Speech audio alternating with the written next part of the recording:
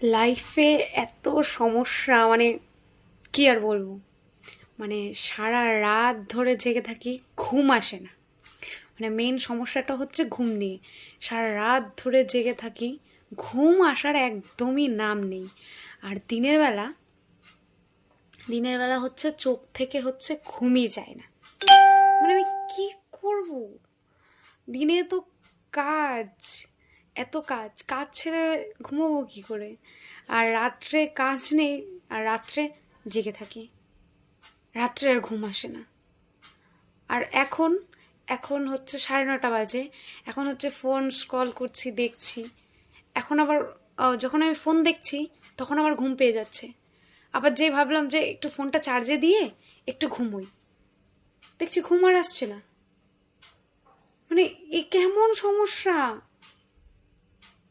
ঘুমের ওষুধ খেতে হবে নাকি? কিছুই তো বুঝতে পারছি না। ঘুম কেন নেই আমার চোখে?